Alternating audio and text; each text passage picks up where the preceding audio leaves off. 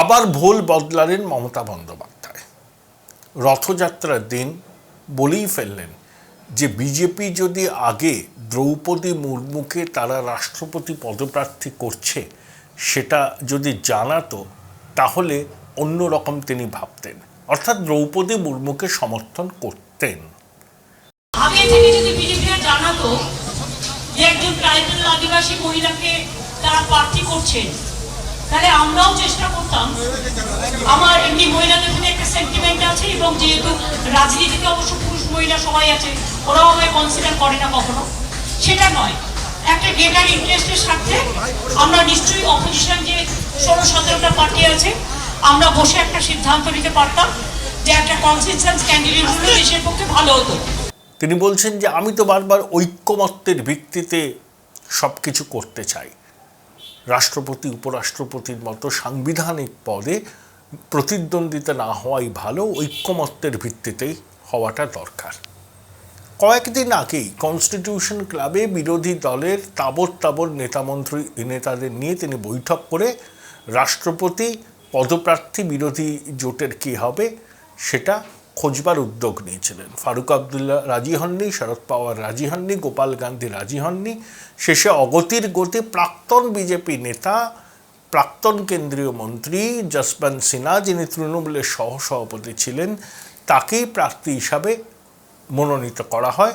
সিপিএমের দাবি মেনে যশবন্ত সিনহা তৃণমূল থেকে আনুষ্ঠানিকভাবে পদত্যাগ করেন। তারপর দ্রৌপদী মুর্মুর নাম এনডিএ বা বিজেপি ঘোষণা করে। তারপরেই মমতা বন্দ্যোপাধ্যায়ের এই 180 ডিগ্রি ঘুরে যাওয়া। উনি মাঝে মধ্যেই এরকম করেন। প্রণব মুখোপাধ্যায় যখন রাষ্ট্রপতি পদপ্রার্থী হিসাবে ইউপিএ যার নাম ঘোষণা করেছিল, মমতা বন্দ্যোপাধ্যায় আপত্তি জানিয়েছিলেন। প্রণব মুখোপাধ্যায়কে প্রথমে সমর্থন করবেন না বলেছিলেন, কিন্তু দলের অভ্যন্তরে বিদ্রোহ হয়ে যেতে পারে, আর সর্বোপরি বাঙালি আবেগ, সেইটাকে মাথায় রেখে শেষ পর্যন্ত তিনি প্রণববাবুকে সমর্থন করার সিদ্ধান্ত নেন। প্রণববাবু তো ইউপিএ জোটের প্রার্থী ছিলেন। এবার আসছে দ্রৌপদী মুর্মুর প্রসঙ্গটা। কেন এই 180 ডিগ্রি উলট পুরাণ? প্রথম কথা, আদিবাসী এবং জনজাতি পিছিয়ে পড়া সমাজের একজন রাষ্ট্রপতি পদে মনোনীত হতে চলেছেন। তার মনোনীত হওয়া এখন শুধু সময়ের অপেক্ষা, সেটা মমতা বন্দ্যোপাধ্যায় চান। একজন পিছিয়ে পড়া আদিবাসী জনজাতি সম্প্রদায়ের মহিলাকে যদি তৃণমূল সমর্থন না করে, তাহলে আদিবাসী জনজাতি সমাজের কাছে ভুল বার্তা যাবে। বিশেষত জঙ্গলমহলের বিস্তীর্ণ অঞ্চলে যে আদিবাসী মানুষেরা আছেন, তারা কিন্তু 2019-এর লোকসভা নির্বাচন থেকেই তৃণমূলের থেকে মুখ ঘুরিয়ে নিয়েছে। 21-এ অবশ্য তারা তৃণমূল ওখানে একটু ভালো ফল করেছে। আবার যদি এই মানুষগুলো তৃণমূলের থেকে বিমুখ হয়, তার প্রভাব কিন্তু ভোটের বাক্সে পড়বে। তাই মমতা বন্দ্যোপাধ্যায় তড়ি ঘড়ি এই উল্টো পুরাণ শুরু করেছেন। অর্থাৎ তার ইন্টেলিজেন্স রিপোর্ট দিয়েছে যে আদিবাসী মরণে ক্ষত তৈরি হয়েছে, তারা তৃণমূলের সিদ্ধান্তকে মানতে পারছেন না, যশবন্ত সিনহাকে সমর্থন করার কথা। একটা বিরূপ প্রভাব পড়তে পারে পঞ্চায়েত এবং লোকসভায়। তাই ড্যামেজ কন্ট্রোল করলেন মমতা বন্দ্যোপাধ্যায়, মানে উদ্যোগী নিলেন। আপনি দেখবেন, খুব যদি ভুল না বলি, তিনি আবার উদ্যোগী হবেন যশবন্ত সিনহার প্রার্থীপদ প্রত্যাহার করবার জন্য, এবং যদি শেষ পর্যন্ত সেটা সম্ভব না হয়, তাহলে তিনি দ্রৌপদী মুর্মুকেই সমর্থন করার সিদ্ধান্ত ঘোষণা করবেন। বিরোধীরা কটাক্ষ করছে যে ওই দ্রৌপদী মুর্মুকে সমর্থন করে বিজেপির দিকে এক পা বাড়িয়ে রাখলেন তিনি। অতীতে মীরা কুমারকে কিন্তু ইউপিএ প্রার্থী করেছিল, কিন্তু তিনি দলিত ছিলেন, তখন কিন্তু তাকে এনডিএ সমর্থন করেনি। বিরোধী জোটের অন্যান্য দলগুলো, বিশেষত কংগ্রেস এবং বামপন্থীরা এই কথাগুলো মনে করিয়ে দিচ্ছেন মমতা বন্দ্যোপাধ্যায়। দ্রৌপদী মুর্মু আদিবাসী জনজাতি সমাজের প্রতিনিধিত্ব করেন, কিন্তু অন্যান্য বিরোধী দল বলছে এখানে ব্যক্তি বড় নয়, এটা মতাদর্শগত সংগ্রাম। আরএসএস বিজেপির মতাদর্শের বিপ্রতিম অবস্থানে যারা আছেন, তারা মতাদর্শগতভাবে এই নির্বাচনটা লড়বেন। সংখ্যা তো দ্রৌপদী মুর্মুর অনুকূলেই আছে, এটা বোঝার জন্য কোনো রকেট সায়েন্স জানার দরকার হয় না। এবং মমতা বন্দ্যোপাধ্যায় এটা বোঝেন না এমন তো নয়, তিনি হঠাৎ করে বুঝলেন যে দ্রৌপদী মুর্মুর পক্ষে সমর্থন বেশি আছে, তাই অঙ্কে তার জয় সময়ের অপেক্ষা মাত্র, সেটা তো নয়। তিনি খুব ধুরন্ধর রাজনীতিক, তিনি বার্তা দিলেন বিজেপিকে। কি বার্তা?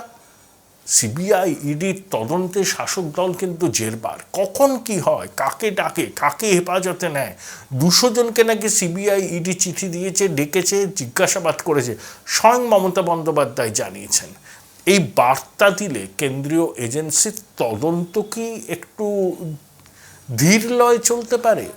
আচ্ছা দেখো, আমি এনডিএর প্রার্থীকে সমর্থন করলাম, তোমরাও এবার আমার দিকটা দেখো, এজেন্সি যেন অত সক্রিয় না হয়, এই বার্তাটাও দিতে পারেন বিজেপির শীর্ষ নেতৃত্বকে।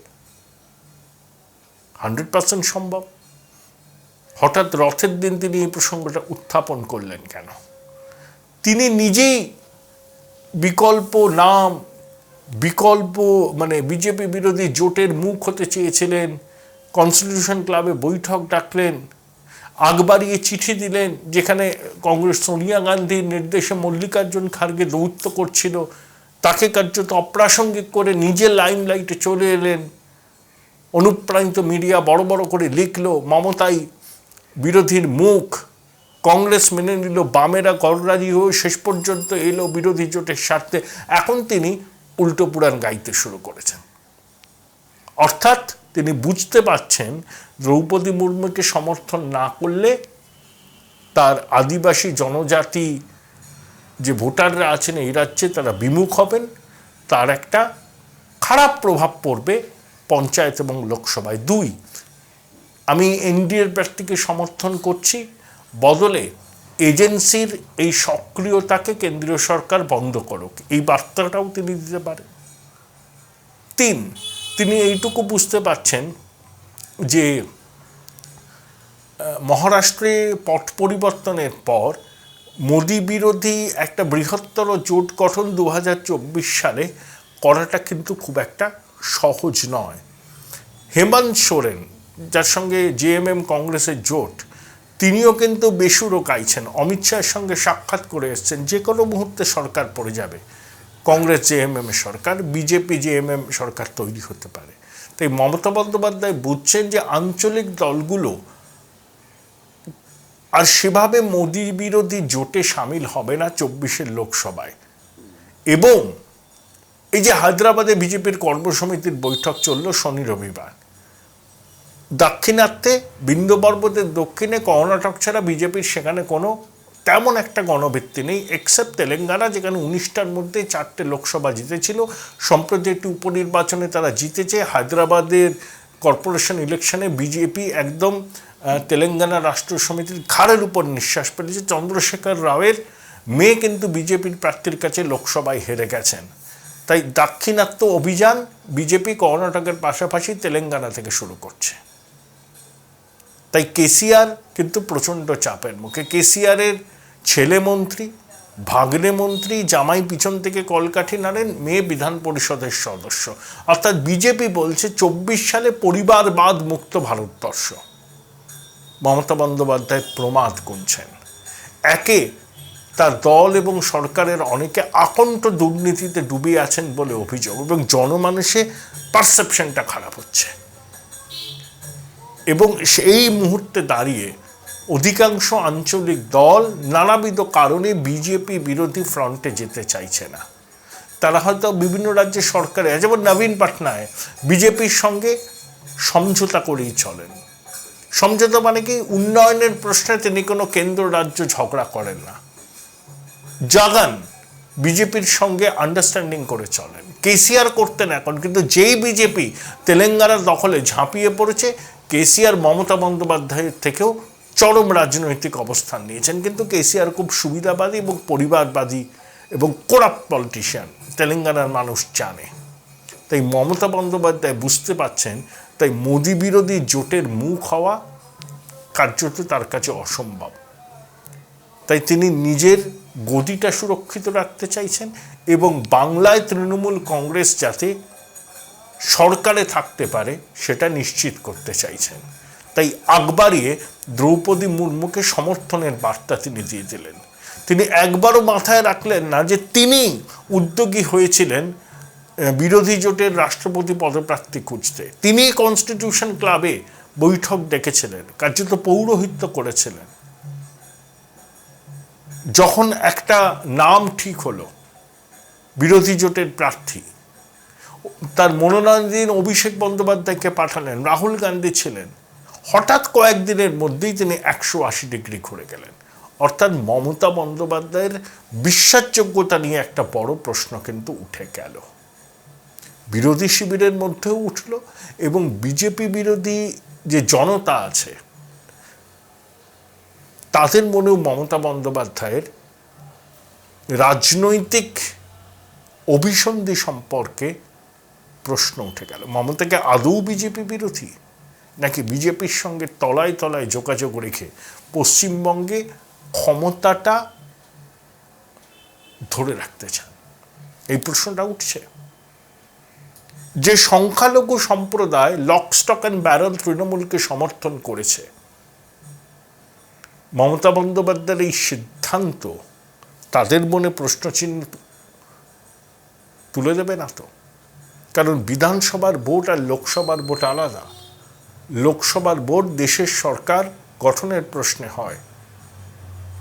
2 দিনাজপুর, মালদা, মুর্শিদাবাদ জেলা একসময় কংগ্রেসের শক্ত কাটেছিল, কিন্তু বিধানসভায় 2 মুচে সাফ হয়ে যায়।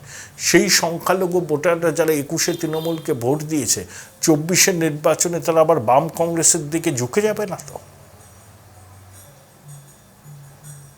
এই রিস্কগুলো কিন্তু আছে।